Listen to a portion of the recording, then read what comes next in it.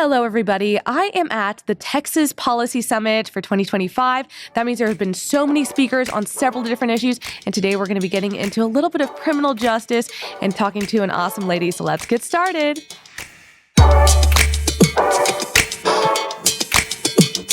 Welcome back to the Sweet Tea series at the Texas Policy Summit. Like I was saying, there are so many different issues that are being covered here today. I'm so glad that I get to be a part of it, learn from it. One of those issue areas, as I was saying, is criminal justice reform. And today I have someone by the name of Wright joining me today. Thank you so much for being here. Of course, thanks. You know, I think that you are destined to be part of the group you're working with now because so she's part of the initiative called Wright on Crime. Mm-hmm. So, I mean, eventually people are going to start asking if that's why they the long-term goal is just to rename the group to spell out how my last name is with a W at the beginning. So, we can get there. So it's Wright on Crime. Exactly. Yeah. Well, again, thank you so much for being here. I know that there was a panel earlier today. Mm-hmm. What was the panel about? Yeah, the panel was led by the executive director of Wright on Crime, Brett Tolman, and two really, really great panelists from AFPI and the Texas State House, talking about blind justice, how to make sure the justice system is working for all people. And I think that that's a really important thing to consider when you're looking at the criminal justice system, because we've got the Lady Liberty, or, the blind Lady Justice, who has the blindfold over her eyes. And the mantra under the Supreme Court is equal justice under the law. Mm-hmm. It's meant to be blind. It's meant to say, you as the person are charged with these offenses. Let's make sure the law is serving you and not the other way around. And so I think that panel was really great because it talked about a lot of the issues we're seeing in the criminal justice system right now. Issues with fair application of the law, consistent application of the law, transparency. Mm-hmm. These are things that I've cared a lot about in my career, and I'm really excited that it's been brought to the stage here at Texas Policy Summit. Yeah. And the awesome thing, too, not just that panel, but all the other ones, is how I guess a variety of people and where they're coming from to be on the panel. So we have some legislators, like you were mentioning, some different experts. And I want to talk about your path of getting to where you are now within the Wright on Crime team. Mm-hmm. So you've been a prosecutor, you were on the Senate Judiciary Committee, and now, of course, you're working in a public service kind of role. So I want to know what motivated you originally to go down that path. Yeah, I think public service has always kind of been my goal. I went to law school knowing that I wanted to be a servant. One of the things that really drew me to kind of backtrack first, one of the things that drew me to working with the foundation and Wright on Crime is that one of the mantras of this organization is servant leadership. And I find that to be really compelling and why I'm drawn to join the legal profession in general and why I wanted to be a prosecutor. I have some talents and some of them I don't have. I've never been that great at sports. I've never been great at math, but I was always good at reading and writing. And I was, raised in a Christian family and always believed, how do I serve others? How can I be Christ-like? And in my mind, I could use my mind in the best way to serve others. And that really is the reason I went to law school. Excuse me. And so when I was in law school, I either wanted to be a public defender or a prosecutor. I learned really quickly I did not enjoy the defense side as much. I did not, there were a number of reasons why the prosecutor side drew me more naturally that way. And I loved being a trial attorney. It was really great. I worked for the Kenton County Commonwealth Attorney's Office in Kentucky. And is that where you're from originally? I'm from Northern Kentucky, the neighboring county, but yes. And I was assigned to drug prosecutions, not the trafficking organizations, but the people who are using drugs. And Kentucky was a leader in this space by looking at how to serve those who are suffering from substance use disorder in a way that's not just penalizing them. And that was just such a breath of fresh air when you think about how now we address that as so common sense. But, to date myself a little bit, 8 years ago, that was a new concept. So I felt like I was serving those people. And then working for the U.S. Senate Judiciary Committee, I left my trial attorney role, moved to D.C., worked for Senator Chuck Grassley on criminal justice issues, drug policy issues. Gosh, at one point I was doing national security for him. It was I covered the whole gambit for a bit. And then I moved back to Kentucky once I had my first child. And my husband and I moved to Lexington, Kentucky, and I worked for the Attorney General, Danielle Cameron, doing appellate litigation. So public service has just kind of been ingrained in me.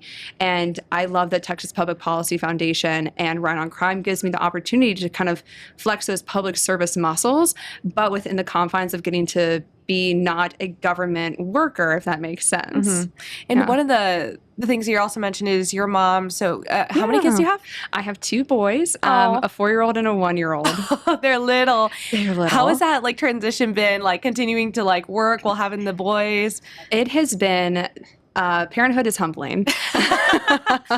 It has totally reframed how I see myself. You know, going through my career and young adulthood, I was so career driven, as so many of us are. And I'm not saying I'm not still, but I think that's a staple of like the millennial, like the classic millennial life. 100%. And so it really was like, I want to be ambitious and fulfilled professionally, and I want to be ambitious and fulfilled personally.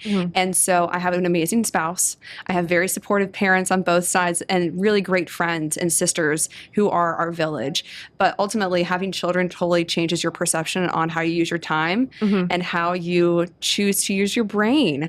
And what do you mean by that? So I mean like how you come to your decisions. So it's not about me. It is no longer about me. It is about what is best for their future, what is best for their capabilities. And within the criminal justice side of things, whenever you're a prosecutor, okay, for instance, you're kind of under the assumption that the best thing possible is to take any instance of public safety, lock the person away forever.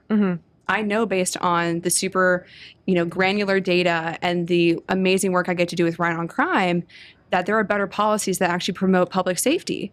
So for me, it's really a blessing that I can say, I actually know what the best policy answers that are not just good for me and my public safety decisions and how I choose which neighborhood to live in, but for the benefit of my children.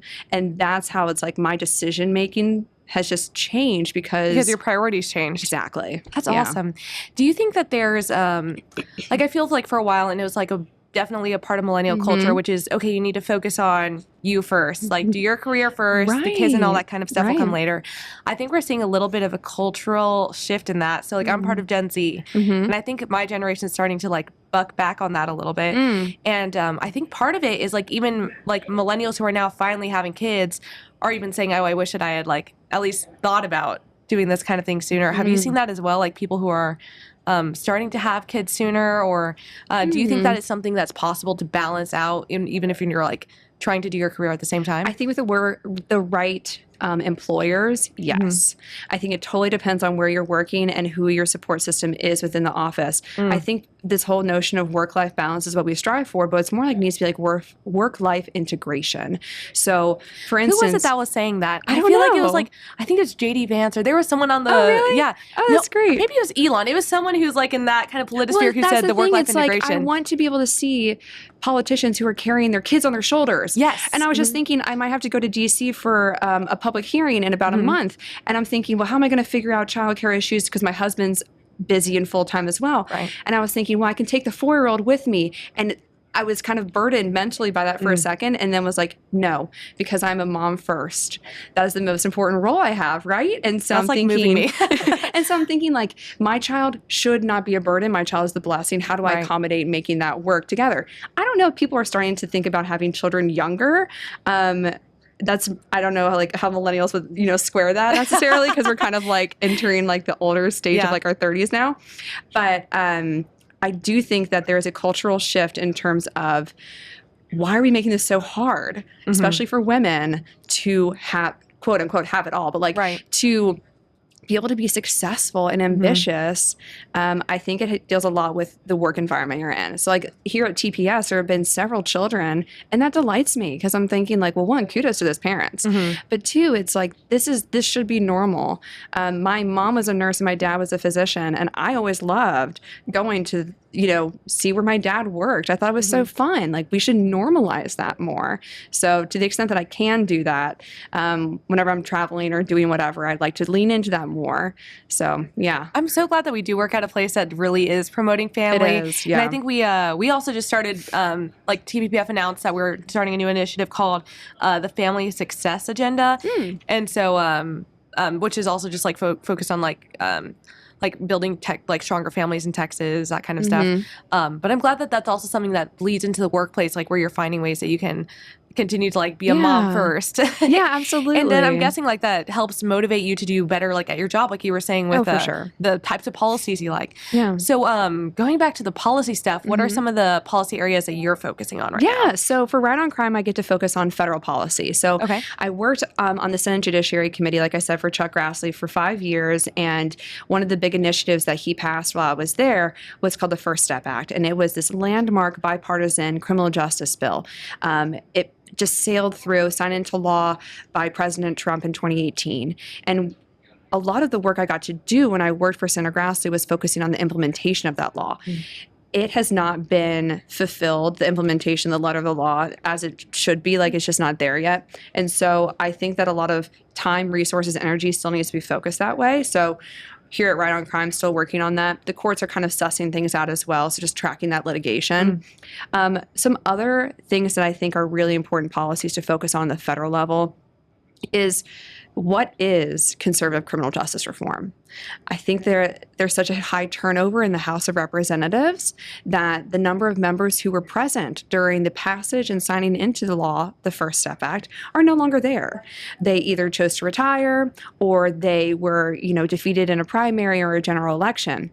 And so understanding that conservative criminal justice is not locking away people forever, is not having insanely lengthy sentences. It's holding accountable those violent actors who are a threat to our public safety, but always looking for avenues for redemption, second chances, because then when people inevitably exit prison, it's like a 97% rate of people exit prison at one point. They're going to come back and be our neighbors. And we want to not have any crime, right? And so how do we make our neighbors a better person? You can't just put them in prison and think they're going to re-enter as a better person. Right. Like there's a priority on public safety in that case, Yeah. which is like not how, because I think the thing I do like about Right on Crime is it balances like the focus on public safety, but also continuing to recognize that there is still justice that needs to be served within criminal justice. It is both sides. They're even sides of the same coin. Do you think that's been a shift in terms of like the rhetoric and the way that the right looks at criminal justice? Like, has this been something that where people have been thinking about and moving away from the only exclusively tough on crime for the sake of being tough on crime? Yeah. It's kind of cyclical. Okay. So Newt Gingrich, the former Speaker of the House, he was kind of one of the big voices for conservative criminal justice reform, I want to say in the 90s. And he was a big proponent of it that gained a lot of popularity.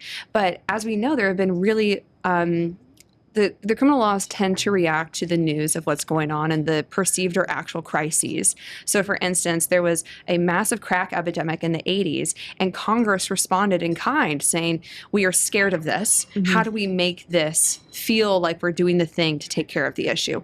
And their remedy was over penalizing crack offenders compared to other drug offenders. I'm not saying crack is good. What I'm saying is that it was a knee-jerk emotional response. So that was an overcorrection this way, and then they kind of gained some sanity and came down this way. But this is not a new concept. It is kind of cyclical or circular. I don't know which word is right there. But ultimately, Chuck Grassley, John Cornyn, Bob Goodlatte, Newt Gingrich, these are people who are Mike Lee, bastions of the conservative criminal justice movement. And we are also seeing that within people that we've worked with in the past. Like, for instance, Brooke Rollins, the now Secretary of Agriculture and a TVPF alum. She really brought Texas criminal justice policies on the national stage. And I think that's why she was originally tapped for the Trump team, right? And then we also see Doug Collins. He is now the Secretary of Veterans Affairs in the 47th administration. He was a massive proponent and supporter of the First Step Act in the House of Representatives when it passed. So I feel very optimistic about what this can look like moving forward, because even if the politics ebbs and flows, the policies are always going to be there. So it's more of educating and reminding people why this is actually a smart policy, and why this is something that people who want to be tough on crime can actually turn to and say, this is the best option. And so that's, the evergreen goal. Yeah. And I should probably give some other background about the Right on Crime, which, so like Texas Public Policy Foundation, most of what we do, obviously, Texas focused. Right. And then Right on Crime gets that opportunity to bring that both on a national stage and then in other states as well. So how many states is Right on Crime in now? I think it's 15 now. But I mean, Brett said this earlier today, and it gets me excited. He said, I hope we're in every state. Yeah. That would be amazing, because what we do right now is the state directors have, their boots on the ground. They're socializing legislation. They're talking to the movers and shakers in the General Assembly or the legislative bodies for each state. And then I work on the federal side, and Brett does too. And whenever there's a need for a state that we don't have a presence in, I kind of lean in and start making those connections. But I'm not in, Missouri. I'm not in Iowa. Like I don't live there. And so it's hard to make those connections. So if you have a presence in every single state, it's going to be so effective. Yeah, that's awesome. Yeah. So you were mentioning like some of the national stuff that you get to dip your toe into, but you also have some research that's going to be published soon, right? Or a paper that's coming out. Will you tell me a little bit about that? Of course. Okay, so this research paper, it's called Mens Rea Reform. I think the title of it is Congress Needs to Make Up Its Mind, the Reason That We Need Mens Rea Reform. Okay. And for all my Legally Blonde lovers out there. I was going to say, that's the only reason I would know what mens rea is. Like, I work on the floor with all the lawyers at DPPF. But even that wouldn't prepare me for some of the legalese that comes in. Yeah, it's like the amazing point in the movie where Elle Woods is going up there and she's kind of like flustered on how to prosecute this or how to defend this case. And so she just starts like listing off a very common definition. She says, mens rea is, the guilty state of mind that you have to commit a crime. And the judge is like, we all know what mens rea is. But it really and I was is. like, yeah, thank you for me in the audience. It is helpful though, and it sticks with you. So it's perfect. So Elle Woods affecting policy across the United States. I mean, as a millennial, I didn't go to law school just because of Legally Blonde, but it certainly didn't hurt.